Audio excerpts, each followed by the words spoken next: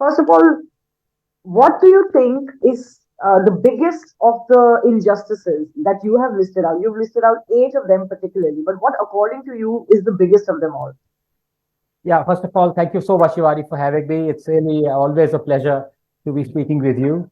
And thank you so much for your wishes for the book. Yes, it is doing spectacularly well. To be honest, I didn't really expect it to do so well.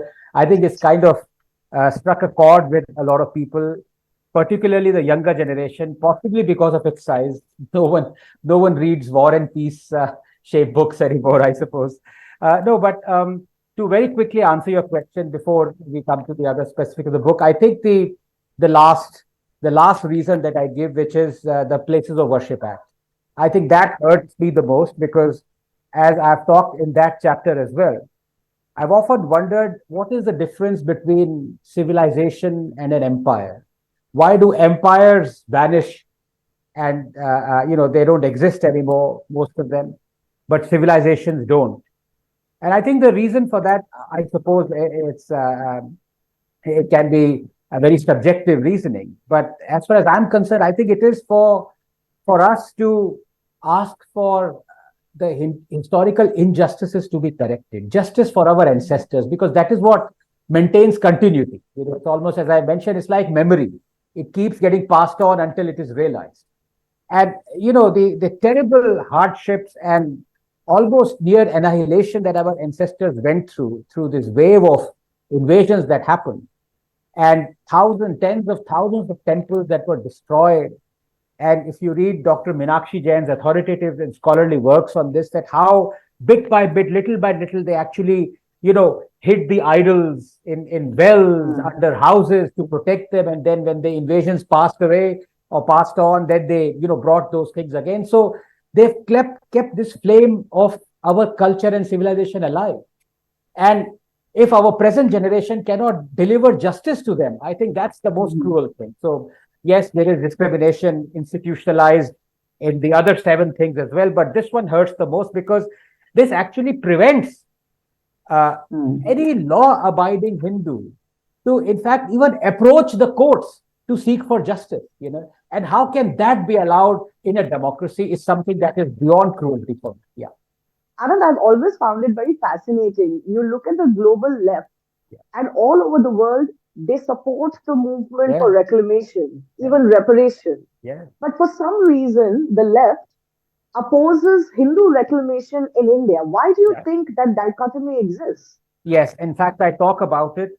The left even supports illegal or the structures that were built upon other things, or the statues and the glorification of the so-called conquistadors and Pizarro and imperialists to be brought down illegally. I mean, recently in Belgium, the statue of King Leopold was brought down illegally, and the West cheered it. Of course, he was the butcher of Congo. But out here, they eulogize and worship Aurangzeb and Tipu, and they. So I find it very difficult to pin down just one reason why they do it. The most overwhelming reason for me is their love for jihadism or global Muslim brotherhood, whatever you may call it. But at the heart of it is actually hatred for Hinduism. And you've seen in the past week how one small spark has been lit by people who want to eradicate Sanatan Dharma. So, this is not something that people said 50, 40, 50 years ago, Shivani. They did. I mean, Periyar did. But this is an ongoing process. This need and this striving to eradicate Hinduism is manifested in, this support for anything or anyone that can demolish not only Hinduism philosophically through books. Burning of Nalanda, as I explained, has been cushioned away by saying that it was actually done by a couple of Hindu beggars and not by Khilji. So, in every aspect of how Hinduism manifests itself, they want to destroy. The other question I want to ask you is that why is it that it is liberal and progressive to suggest that Hindus must always either contain themselves or give up certain of their natural rights purely because they are larger in number? Because, as you enlist in your book all the historical reasons, some of them can be accused of the left. But as you very rightly talk about in your book, we've had 10 years of what is referred to as a Hindu nationalist government by a Hindu nationalist party, and yet a lot of these historical injustices haven't been overturned. What I don't understand is that why is the Hindu population so okay with this? And why is it that the burden of numbers, of being larger on numbers, is so great on Hindus in India? So there are a couple of historical reasons for this, Shivani. First of all, when you say that even though we've had 10 years of supposedly Hindu government, and quite a lot of these historical injustices still remain, I slightly correct you. Each one of those remains. So this government is exactly the same as any other government. They haven't really worked on this. It's just that there is a feel-good factor for Hindus, I suppose, that we have Narendra Modi and so-called Hindu Hriday Samrat at the helm. But if push comes down to shove, I don't think they've actually done even the same as Congress, if not more.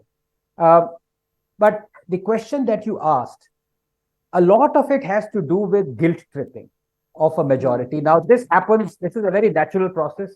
The minorities, they many times, I might be, using a very rough phrase for it, but they play the victimhood card, which is to be expected because they're the minority. And it happens in most countries. In India, it happens. But I think if you go not just to a lot back, but just 70, 80 years back at the birth of the modern republic, and I start by, in fact, it's on the first page. The gauntlet was thrown by none other than Mahatma Gandhi. When he said, in order to quell this kind of Hindu-Muslim acrimony, he said, I wouldn't mind if all the Hindus were to be killed by Muslims.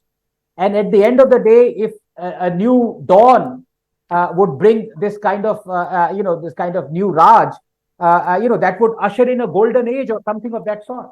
So when the father of the nation says something like that, what follows is amazing sense of, guilt tripping is just one word for it. Self-loathing is another. And we've been brought up on it. And if you look at traditionally what actually happened, Congress ceded the space of education, writing books, and how to quote unquote brainwash people completely to the left. I mean, Nurul Hasan and all those people. So when all our textbooks that are written that were written for the last 70 years have glorified and wanted the death of Hinduism, have glorified invaders, have glorified Aurangzeb, butchers, what else do you expect? We've been brainwashed to such an extent that where it's now almost terminal, and it's almost blasphemous to think that Hindus should be given these rights. I mean, I've got people who who come to me and have said that I really wasn't aware as to some of the reasons that you've told in this, but do we really need to fight for these rights? So there are Hindus who are not even aware that these rights should belong to every human being, not just Hindus.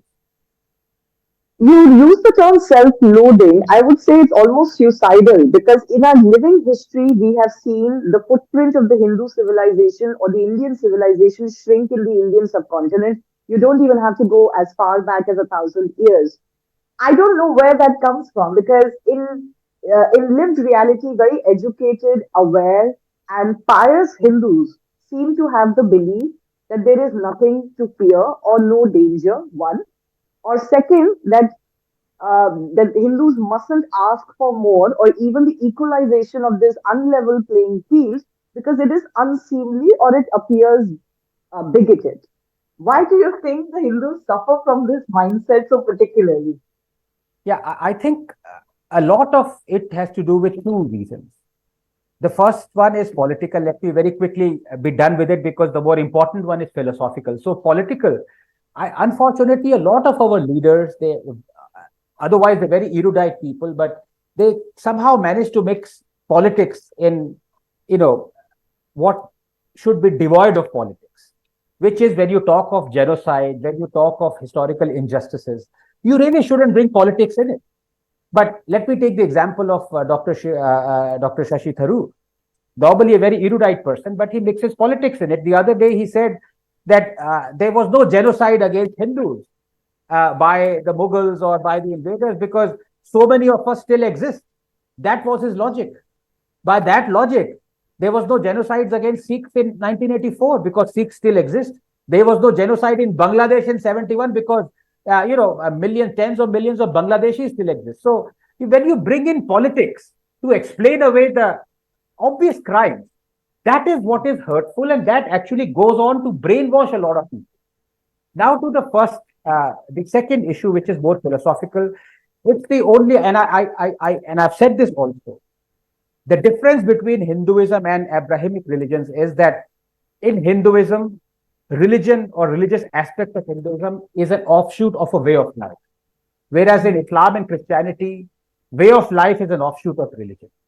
So it follows that the Hinduism is the one which is amenable, that mutations can occur because ways of lives change. We've seen that through centuries, So many unkind, cruel things that were almost taken as part of Hinduism are absolutely abhorred now, have been considered illegal, untouchability, caste system, and a lot of other things.